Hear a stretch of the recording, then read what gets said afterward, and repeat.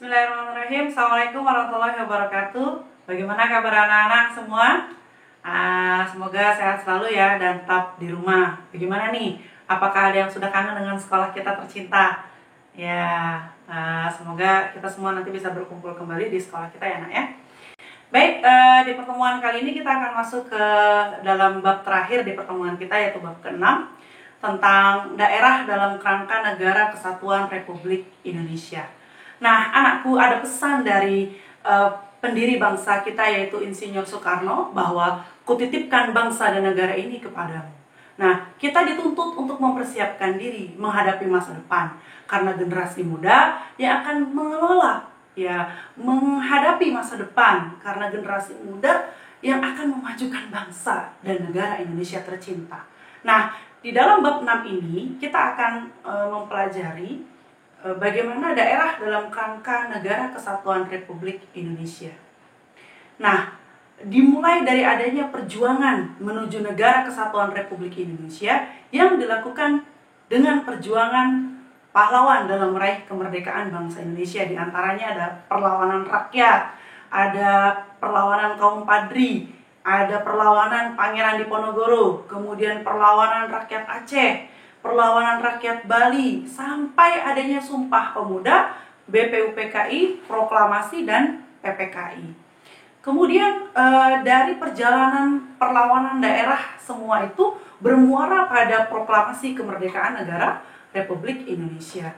Yang kita ketahui bahwa pembacaan proklamasi kemerdekaan Republik Indonesia ini dilakukan oleh Insinyur Soekarno sebelumnya melalui perundingan dan perdebatan antara kaum muda dengan kaum tua tentang harus segeranya diproklamasikan negara Indonesia kita. Nah, kemudian Soekarno akhirnya memproklamasikan negara Indonesia. Yang anak-anak tahu di mana tempatnya? Ya, betul, di Pegangsaan Timur nomor 56.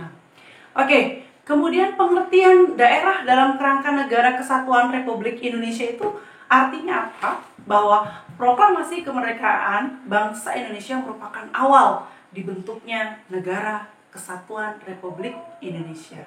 Nah, negara Indonesia diproklamasikan oleh para pendiri negara adalah untuk negara kesatuan. Nah, para pendiri negara menekankan pentingnya persatuan dan kesatuan yang diwujudkan dalam kehidupan bangsa Indonesia. Yang bagian berikutnya adalah peran daerah dalam kerangka Negara Kesatuan Republik Indonesia. Apakah peran daerah dalam perjuangan kemerdekaan? Banyak sekali, nak. Contohnya seperti waktu kedatangan bangsa Portugis, Belanda, dan Jepang ke wilayah Indonesia yang diteruskan oleh penjajahan, maka mendapat perlawanan dari bangsa Indonesia di berbagai daerah. Jadi ketika para bangsa-bangsa Portugis, Belanda masuk ke wilayah Indonesia, dilanjutkan dengan perlawanan. Nah, ini dilakukan perlawanan oleh para masyarakat di daerah tersebut, bahwa mereka menyadari ini adalah bentuk penjajahan.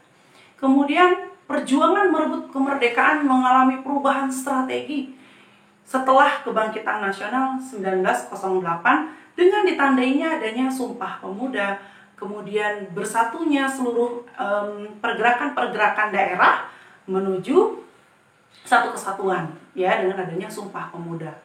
Nah, kemudian keterikatan daerah terhadap Negara Kesatuan Republik Indonesia disepakati untuk bersatunya seluruh wilayah Indonesia dalam satu wilayah yang kita sebut adalah wilayah Kesatuan Indonesia.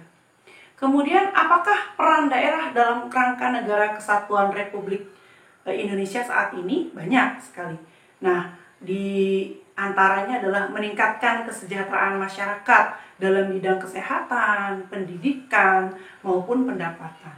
Nah, yang hal lainnya lagi adalah memajukan bangsa melalui inovasi, kreativitas, dan aparatur sipil negara. Yang terakhir ada mengembangkan kehidupan bermasyarakat, berbangsa, dan bernegara yang demokratis. Baik, kita lanjut ke bagian yang berikutnya. Yang berikutnya, yang terakhir adalah mempertahankan negara kesatuan Republik Indonesia. Banyak hal yang dapat kita lakukan untuk mempertahankan negara kesatuan Republik Indonesia. Setelah tadi kita ketahui bahwa untuk mencapai sebuah negara kesatuan Republik Indonesia dilalui dengan berbagai perlawanan, baik perlawanan daerah sampai menuju proklamasi. Nah, setelah semua ini kita dapatkan, maka kita wajib mempertahankan negara kesatuan Republik Indonesia. Dengan cara apa? Bela negara, kemudian mempertahankan keamanan negara, menjaga keutuhan wilayah, menjaga keselamatan bangsa dari ancaman dan gangguan bangsa asing. Nah, di hal lainnya lagi adalah kita patut berbangga terhadap daerah asal kita masing-masing. Bagaimana kita bisa mempertahankan kebudayaan daerah kita dan bangga terhadap daerah kita sendiri.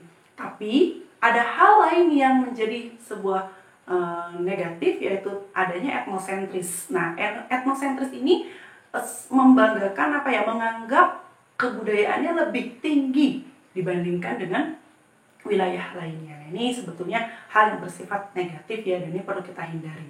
Yang patut kita kedepankan adalah bangga terhadap bangsa Indonesia dan bangga terhadap beragam kebudayaan negara Republik Indonesia.